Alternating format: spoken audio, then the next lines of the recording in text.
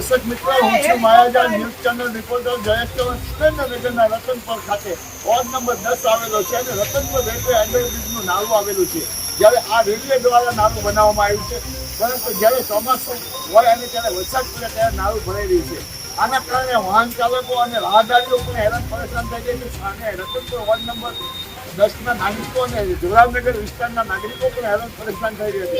ત્યારે આ રસ્તા ઉપરથી, આ બ્રિજ ઉપરથી અનેક વાહનો પસાર થતા હોય છે. જ્યારે વાહનો વરસાદ નાળામાં પાણી ભરાઈ જવાથી વાહનો બંધ થઈ રહ્યા છે અને ચોમાસા દરમિયાન વાહન ચાલકો અને રાહદારીઓને મુશ્કેલીઓનો સામનો કરવો પડતો હોય છે.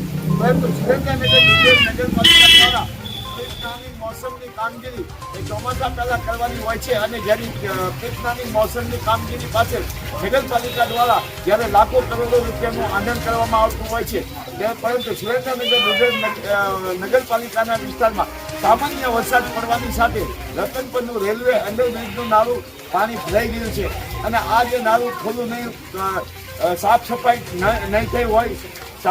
નહીં થઈ હોય જેના કારણે આ નાળામાં પાણી ભરાય છે અને લોકોને મુશ્કેલીઓનો ચોમાસા દરમિયાન સામનો કરવો પડતો હોય છે.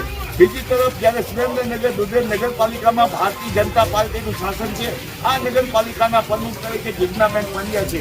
જ્યારે સાફ સફાઈ અને જ્યારે પીકની મોસમની કામગીરી પાછળ દર ચોમાસામાં લાખો કરોડો રૂપિયાના નગરપાલિકાના ચોપડે બિલ ઉધારવામાં આવે છે, પરંતુ જ્યારે ચોમાસામાં પહેલાં જ્યારે ગટરો તેમજ નાળા પણ ખુલ્લા કરવાના હોય છે, કરાવવામાં આવ્યા નથી હોતા.